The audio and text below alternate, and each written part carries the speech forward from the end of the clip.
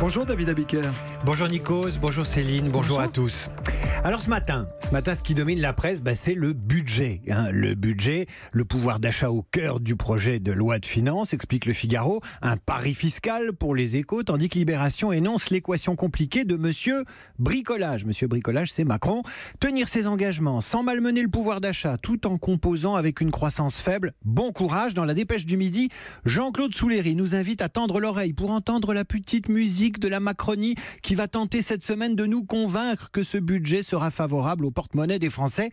Mais ce matin, Nikos, c'est pas la bataille du budget qui m'a fait réagir, mais les batailles éthiques sur le ventre de l'homme et de la femme. Le ventre qui mange et le ventre qui donne la vie. Ces batailles se préparent dans vos journaux et sur les réseaux. Il était 5h du matin, mon cher David, lorsque vous m'aviez lu un mail que vous avez reçu, un texte contre les bouchers. Un mail surréaliste qui met en question le métier de votre boucher et dont je vais vous lire un extrait. Un texte d'une extrême violence, d'une grande radicalité qui fait suite aux attaques de boucherie qui ont eu lieu ces derniers jours dans le Nord et dont les quotidiens se sont fait l'écho. J'ouvre les guillemets et je mets en garde les bouchers qui nous écoutent, qu'ils gardent leur calme.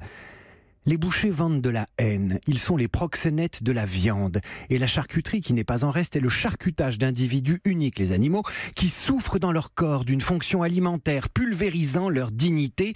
Et l'auteur d'évoquer un holocauste et qualifiant le boucher du coin de petit dealer du plus grand génocide de tous les temps. J'arrête là, par respect pour les artisans et les éleveurs qui nous écoutent. Le texte émane d'un membre du collectif Abolition Boucherie. Le mail est accompagné d'un lien vers la page Facebook du collectif où l'on peut voir à quoi ressemblent ces militants qui portent le t-shirt « Boucher n'est pas un métier ». Eh bien, ça pourrait être vos enfants, Nikos, ou les miens, plus sûrement, ou vos petits-enfants. Vos gamins, quoi. Pas du tout l'air d'altermondialistes ou de radicaux surexcités, les anti-boucheries. Et ce qui est en jeu, c'est la défense, non pas du seul bien-être animal, mais d'un bien-être liant conditions animales, conditions humaines et protection de l'environnement.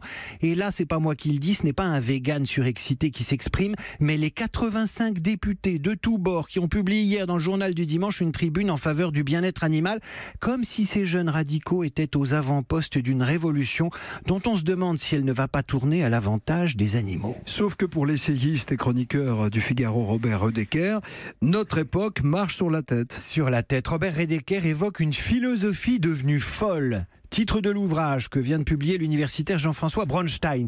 Le genre qu'on substitue au sexe, la mort et l'euthanasie transformées en événements techniques et l'animal que les antispécistes et autres zoolâtres entendent rendre l'égal de l'homme. Dès lors qu'il n'y a plus de distinction entre l'homme et l'animal, ce sont toutes les frontières qui sont détruites pour mettre à bas l'humanité de l'homme, poursuit-il. Autant vous dire, Nikos, que l'homme a déjà pris le maquis. Mais il n'y a pas que les anti-boucheries qui se mobilisent sur les questions éthiques, David. À la veille de l'avis rendu par le CCNE, le Conseil national consultatif d'éthique, les associations, mouvements collectifs et autres pétitionnaires s'énervent tous et sur tous les sujets, nous prévient la Croix. La manif pour tous, pour commencer, appelle à une première mobilisation si le gouvernement confirme sa volonté d'étendre la PMA aux couples de femmes et aux femmes seules et prévoit déjà un premier rassemblement demain devant le siège du CCNE. Au-dessus, toujours dans la Croix, ce sont des associations féministes mais également de lesbiennes qui veulent une coalition contre la gestation pour autrui face à la marchandisation des ventres. Enfin, sur la page d'à côté, il est encore question d'éthique, mais d'éthique médicale. Une pétition veut abolir non pas la boucherie, mais la clause de conscience des médecins qui les autorise à ne pas pratiquer une interruption volontaire de grossesse. La pétition a déjà recueilli 47 000 signatures, ce qui n'empêche pas un médecin d'expliquer qu'avec ou sans cette clause de conscience, et pour tous les actes médicaux, un médecin agit toujours en conscience.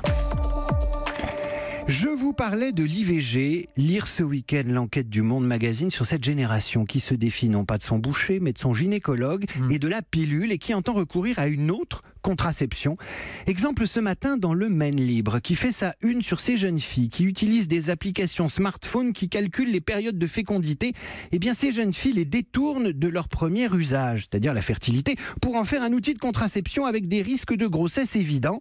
Alors le planning familial sartois met en garde, même avec un smartphone, la méthode de nos arrière-grand-mères à la sauce 2.0 n'est pas fiable au risque de faire un bébé toute seule.